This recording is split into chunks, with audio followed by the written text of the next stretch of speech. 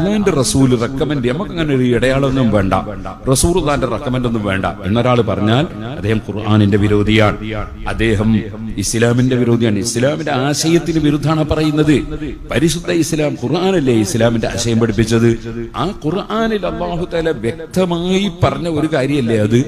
നബി സല്ലല്ലാഹു അലൈഹി വസല്ലമയോട് അല്ലാഹു പറയാണ് ഫഅലം അന്നഹു ലാ ഇലാഹ ഇല്ലല്ലാഹ്. നബി സല്ലല്ലാഹു അലൈഹി വസല്ലം തങ്ങളോട് അല്ലാഹു പറഞ്ഞാണ് അസ്തഗ്ഫിർ ലിദംബിക വലിൽ മുഅ്മിനീന വൽ മുഅ്മിനാത്ത്.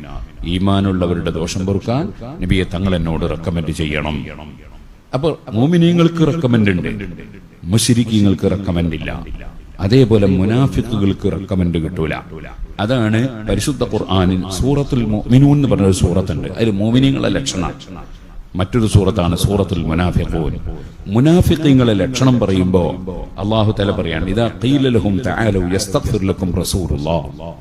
അള്ളാഹുവിന്റെ റസൂൽ നിങ്ങളെ ദോഷം പൊറുക്കാൻ വേണ്ടി പഠിച്ചവനോട് റെക്കമെൻഡ് ചെയ്യും, അതുകൊണ്ട് റസൂലുള്ളാഹിന്റെ അടുത്ത് വരൂ എന്ന് പറഞ്ഞാൽ ലവ്വ റൂസഹും, മുനാഫിഖുകൾ അവർ തലതിരിച്ചു കളയും, വറഅയ്തഹും യസുദ്ദൂൻ, അവരെ അത് തടയുന്നവരായി നിങ്ങൾക്ക് കാണാം, വഹും മുസ്തക്ബിറൂൻ, അവർ അഹങ്കാരികളാണ്.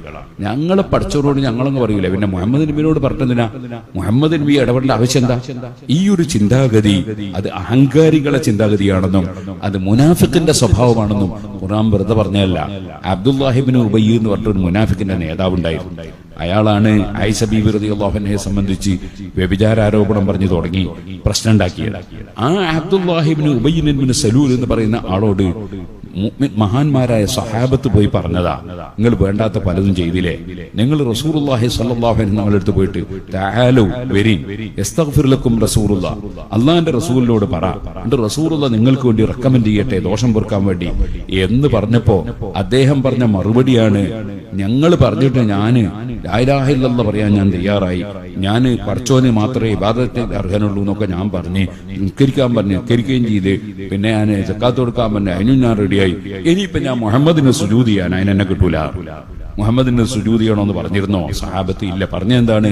മുഹമ്മദ് നബിയോട് റെക്കമെൻഡ് തേടണം എന്നാ പറഞ്ഞു. അതിനെ അയാൾ പിടിച്ചിട്ട് എന്ത് ചെയ്തു? അത് സുജൂദ് പോലെയാണ് എന്ന് പറഞ്ഞു. അതിനല്ലേ ഇപ്പൊ ഈ മുജാഹിദീങ്ങളും പറയുന്നത്. അതായത് റെക്കമെൻഡ്, നബിതങ്ങളോട് റെക്കമെൻഡ് തേടിയാൽ അത് ആരാധനയാണ്, നബിക്ക് ആരാധനയാണ് എന്നല്ലേ അവരും പറയുന്നേ. അപ്പൊ ഈ മുനാഫിഖിന്റെ നേതാവായ അബ്ദുല്ലാഹി ഇബ്നു ഉബയ്യ് ഇബ്നു സലൂൽ എന്ന് പറയുന്ന ആള് അന്നത് പറഞ്ഞപ്പോ ഇറങ്ങിയ ആയത്താണ് ഇത് സൂറത്തുൽ മുനാഫിഖൂനയിൽ.